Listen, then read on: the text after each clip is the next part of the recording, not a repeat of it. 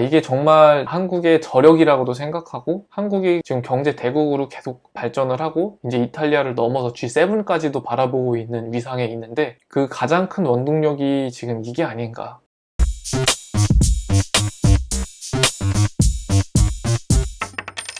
안녕하세요. 저는 외국에서 잠깐 지내볼 수 있는 시간이 있었는데 제가 있었던 호주는 우리나라와는 달리 다양한 나라에서 온 외국인들이 공존하는 곳입니다. 이곳에서 생활하면서 한국인만이 가진 독특한 특징에 대해 여러 차례 제가 느낀 게 있었는데 그 중에 좋다고 느낀 점도 있었고 다소 아쉬웠던 점도 있었습니다. 사람은 모두 다르기 때문에 이러한 특징으로 정의하는 건 논리적 비약이 있겠죠. 그렇지만 한국인이 이러한 특이한 경향이 있구나, 이런 특이한 경향을 인정하고 좀 노력을 해봐야겠다 하는 개인 의견으로 재미있게 봐주시면 좋을 것 같습니다. 외국 살면서 여러 번 느낀 한국인의 독특한 점, 그 첫 번째는 한국 사람은 리더 본능이 강하다. 어떤 조직에 처음 들어갔을 땐 눈치 보고 적응하느라고 그거를 이제 드러내진 않아요. 드러내진 않지만 어느 정도 적응을 하고 기회가 왔을 때 그 본능을 드러내는 경우를 많이 봤습니다. 보통 외국인들은 본인에게 주어진 업무를 급하지 않게 처리하고 그 이상에 대해 욕심부리는 경우가 많이 없습니다. 매뉴얼대로 움직이는 경우가 많죠. 그렇지만 한국 사람은 본인에게 주어진 업무를 생각하며 그 조직 내에서 내 위치가 어느 정도인지 좀 본능적으로 파악하는 경우가 많습니다. 그리고 기회가 왔을 때 본인의 리더십을 드러내며 리더로서의 자질을 살짝 내비치죠. 이런 경우는 특히 한국 남자한테 더 두드러지게 나타나는데 제 개인적인 생각은 한국 남자가 군대에 좀 복역하면서 본능적으로 익힌 생존 기술이 이렇게 여러 군데에서 발현되는 것 중에 하나가 아닌가,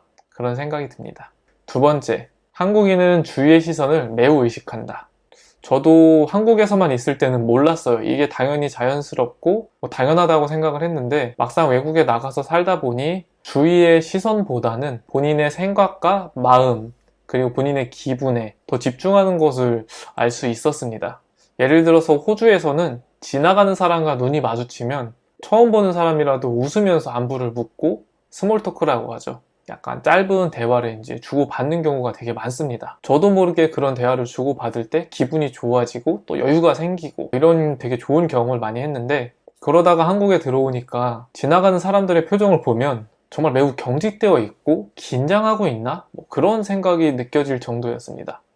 슬프지만 저도 이제 한국에 들어온 지 좀 시간이 많이 지나서 그런지 저도 경직된 표정으로 건의를 좀 거닌다고 지금 생각이 듭니다. 지금 생각을 해보니까 좀 미소를 잃은 거죠. 네, 좀 슬픈 얘기입니다. 네, 세 번째, 한국인은 누군가 도움이 필요할 때 오지랖이 넓어집니다. 예를 들면 동료나 주위 사람이 공경에 처했을 때 그러려니 하고 알아서 해결하겠지 하면서 지나가는 외국인들과는 달리 한국인은 보통 자기 일처럼 가서 도와주고 그런 부분에 대해서 크게 생색을 내거나 하지 않고 자연스럽게 생각을 합니다. 저 또한 그랬었고 이러한 쿨한 한국인의 태도에 깊은 호감을 느끼는 외국인이 생각보다 많았습니다. 저희 기준으로는 별거 아닌 선행이겠지만 어떻게 보면 저희는 그거를 모른 척 무시하고 넘어가는 게 더 불편하죠. 근데 외국인들 입장에서는 내가 이렇게 공경에 처했는데 이렇게 아무런 생각 없이 쿨하게 도와준다고? 정말 쿨하고 멋진 사람들이다 라고 느끼는 게 아닐까 하는 생각이 있습니다. 네 번째, 한국인은 외로움을 많이 탄다. 저도 호주에서 정말 많은 분들을 만나 뵙고 또 거기서 주로 느낀 것 중에 하나인데 낯선 환경에서 혼자의 시간을 보내는 거 어렵죠. 그렇지만 외국인들은 생각보다 그런 혼자의 시간을 꽤 잘 보내고 본인에게 집중하는 시간으로 승화시키는 경우가 많이 있다는 걸 알게 되었습니다. 반면에 한국인들은 보통 커뮤니티 활동을 하며 뭉쳐서 지내고 싶은 그런 욕구가 높은 것 같습니다. 커뮤니티 활동을 하면서 이제 좋은 관계를 유지해서 그렇게 외로움을 해소하는 것은 정말 좋은 방향이지만 그 관계나 모임이 본인과 좀 잘 맞지 않는다는 걸 알면서도 외로움보다는 낫다는 생각에 울며 겨자 먹기로 그 관계를 이어나가는 경우를 목격한 적이 많았습니다. 그리고 당연하게도 그 말로는 좋지 않은 경우가 정말 많죠. 이를 이용해서 뒤통수를 좀 치거나 한국에 다시 돌아와서는 언제 그러냐는 듯이 남남처럼 지낸다거나, 그리고 가장 이제 실망스러웠던 거는 외로움이 다른 경위로 충족되었을 때 가차없이 손절을 하면서 상대방에게 상처를 주는 경우도 목격을 했습니다. 다행히 저는 정말 친한 친구랑 같이 갔기 때문에 이런 부분에 대해서는 크게 문제되지 않았기 때문에 이렇게 조금 객관적으로 바라볼 수 있었던 것 같아요. 다섯 번째, 한국인은 파티 분위기에 익숙하지 않다. 외국인들은 이렇다 할 명확한 목적 없이도 좀 여유를 즐기는 파티를 일상적으로 자주 즐깁니다. 본인의 집에 초대를 하는 경우도 있고, 혹은 어떤 공원 같은 데 초대를 해서 다 같이 모여서 하하호 하면서 술 한잔을 하면서 대화를 나누는, 이렇게 명확한 목적은 없어요. 뭘 하겠다 이런 건 없는데, 그냥 그렇게 스몰 토크를 한다든지 책을 읽는다든지 노래를 부른다든지 그런 파티를 즐기는데, 이 파티에 초대받은 한국인들은 거기에서 보통 뭘 할지를 잘 몰라 합니다. 제가 그랬거든요. 제가 이게 왜 그런가 했더니 아마 뭔가에 집중해서 승부를 겨루고 액티브한 활동, 게임이나 운동 같은 그런 것들에 익숙해서 그냥 아무것도 안 하고 여유를 즐기는 시간에는 어색해한 게 아닌가. 저는 축구를 한다든지 아니면 PC방에서 게임을 한다든지 당구장을 간다든지 노래방을 간다든지 아니면 모임이 있으면은 어떤 주요 콘텐츠가 있는 그런 경우가 항상 있었던 것 같은데, 그런 것들이 전무한 상황에서는 뭘 해야 될지를 좀 모르고 어색해한 것 같습니다. 그리고 비교적 한국 여성분들은 그런 상황에서도 꽤 잘 어울리고 좀 잘 지내셨던 것 같아요. 근데 저를 포함한 한국 남성분들은 굉장히 아닌 분들도 있지만 대부분 좀 이렇게 어색해하고 어떻게 해야 될지 몰라 하는 경우를 많이 보았습니다. 이럴 때 먼저 외국인분들이 다가와서 말을 걸어주면 정말 너무 고맙죠. 다음으로 여섯 번째, 한국인은 일 처리가 다르다. 이게 정말 한국의 저력이라고도 생각하고, 한국이 지금 경제 대국으로 계속 발전을 하고 이제 이탈리아를 넘어서 G7까지도 바라보고 있는 위상에 있는데, 그 가장 큰 원동력이 지금 이게 아닌가 하는 생각이 듭니다. 한국인의 일 처리가 다르다는 걸 어디서 알 수 있냐면, 비효율적인 상황에서 외국인은 그냥 세워라 내워라 본인이 맡은 역할을 매뉴얼대로 하는 성향이 많이 있는 반면에, 한국인은 그걸 못 참습니다. 저도 그걸 못 참았어요. 이렇게 하면은 지금 이 일들이, 이 업무들이 너무나도 빠르고 효율적으로 될 텐데 왜 이렇게 안 하는 거지? 그래서 그걸 못 참고 가장 효율적인 방법을 찾아서 제안을 하거나 혹은 제가 직접 합니다. 예를 들면 어떤 공장에 A, B, C라는 공정 순서로 일이 진행되는 곳이 있다고 한다면, 한국인은 A, B, C 공정에 최적의 인원, 예를 들어서 A보다는 B가 조금 힘들다, C는 조금 상대적으로 쉽다 하면 B에 조금 더 많은 인력을, 맨파워를 투입하는 거죠. 즉 A, B, C 공정에 최적의 인원을 배치해서 병목 현상이 일어나는 걸 방지하고자 노력하는데, 제가 봤던 상당수의 외국인 분들은 전체적인 흐름을 보고 그거를 개선하려는 생각보다는 본인이 속한 공정에서 그 매뉴얼대로 잔꾀를 부리거나 하는 건 없습니다.